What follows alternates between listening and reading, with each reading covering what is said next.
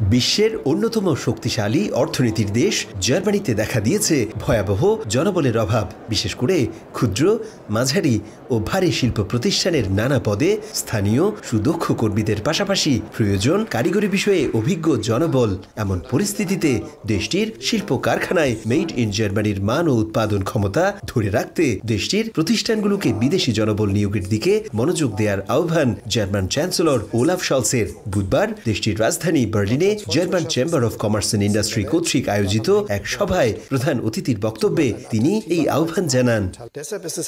জার্মানির উন্মুক্ত অর্থনীতি পৃথিবী বিখ্যাত। আমাদের শিল্পের উন্নয়নে এটা দারুণ ভূমিকা রেখেছে।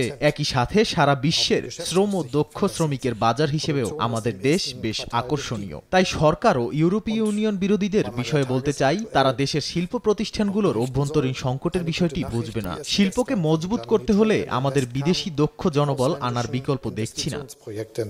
এ সময় বিদেশি কর্মীদের জন্য জার্মান প্রতিষ্ঠানগুলোকে নিয়োগ প্রক্রিয়া আরো দ্রুত ও আরো সহজ করার পাশাপাশি কর্মীদের আবাসন সুবিধা নিশ্চিত করা সহ সকল বিষয়ে দেশের ডিজিটাল পদ্ধতি অনুসরণের আহ্বান জানান। জার্মান চ্যান্সেলরের এমন আহ্বানে বাংলাদেশের দক্ষ কর্মীদের নতুন কাজের সম্ভাবনা দেখছেন অভিবাসন বিশেষজ্ঞরা। তবে সেক্ষেত্রে সবার আগে জার্মান ভাষা শিক্ষা ও দালালদের খপ্পরে না পড়ে সঠিক নিয়ম অনুসরণ করে জার্মান সরকারের দেয়া ওয়েবসাইটে আবেদন পাঠানোর পরামর্শ তাদের।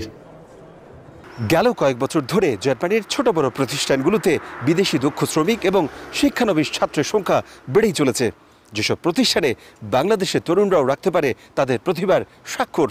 তাই বাংলাদেশি তরুণদের এই মুহূর্তে কারিগরি কিংবা কর্মমুখী শিক্ষার প্রতি জোর দেওয়ার আহ্বান সর্বস্তরের প্রবাসীদের। জার্মানি থেকে বিটু বড়ুয়া, সময় সংবাদ। গরম গরম রুটি, সাথে সুজির হালুয়া, দুর্দান্ত জুটি। তবে জুটি জমাতে চাই তীর আটা ময়দার সুজি, কারণ তীর ছাড়া আমার চলেই না।